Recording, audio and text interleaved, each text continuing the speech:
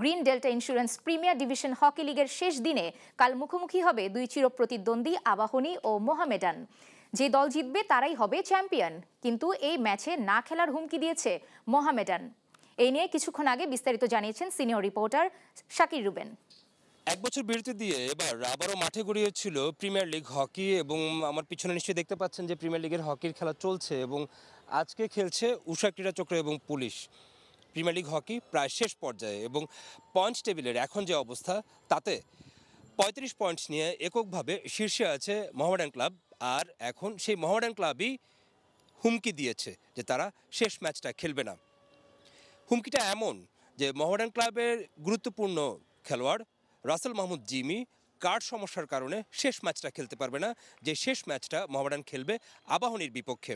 এবং আবাহনী পয়েন্ট টেবিলে আছে ৩৪ পয়েন্ট নিয়ে দ্বিতীয় স্থানে।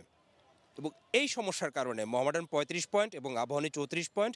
শেষ ম্যাচটা হবে মোহামেডান এবং আবাহনীর, এবং সেটাই সবাই আমরা ধারণা করছি সেটাই হবে ফাইনাল শিরোপা নির্ধারণী ম্যাচ, যে এই লিগে কে শিরোপা জিতবে। অবশ্য মেরিনারেরও ৩৪ পয়েন্ট আছে এবং মেরিনারেরও খেলা আছে শুক্রবার অর্থাৎ আগামীকাল, এবং সেখানে মেরিনারেরও পয়েন্ট কিন্তু ৩৪। অর্থাৎ মোহামেডান যদি ম্যাচটা জিতে আবাহনীর বিপক্ষে, যেহেতু এককভাবে তারা এখন পর্যন্ত পয়েন্ট টেবিলে শীর্ষে আছে, তাহলে মোহামেডানই চ্যাম্পিয়ন হবে। আর সেই ম্যাচটা যদি আবাহনী জিতে ৩৪ পয়েন্ট নিয়ে, এবং তখন আবাহনীর পয়েন্ট হবে ৩৭, এবং মেরিনারও শেষ যে খেলাটা আছে সেটাও যদি মেরিনার জিতে তাহলে তাদের পয়েন্টও হবে ৩৭, এবং তখন হয়তোবা তাদেরকে আবাহনী এবং মেরিনারকে যুগ্ম চ্যাম্পিয়ন করা হতে পারে।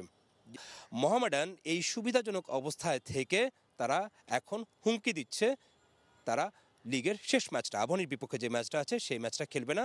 কারণ তাদের দাবি লিগে আম্পায়ারিংটা বেশ নিম্নমানের আম্পায়ারিং হয়েছে, এবং রাসেল মাহমুদ জিবি তাদের যে গুরুত্বপূর্ণ খেলোয়াড় তাকে জোর করে কার্ড দেখিয়ে শেষ ম্যাচটাতে বসিয়ে রাখা হবে, খেলতে দেওয়া হচ্ছে না।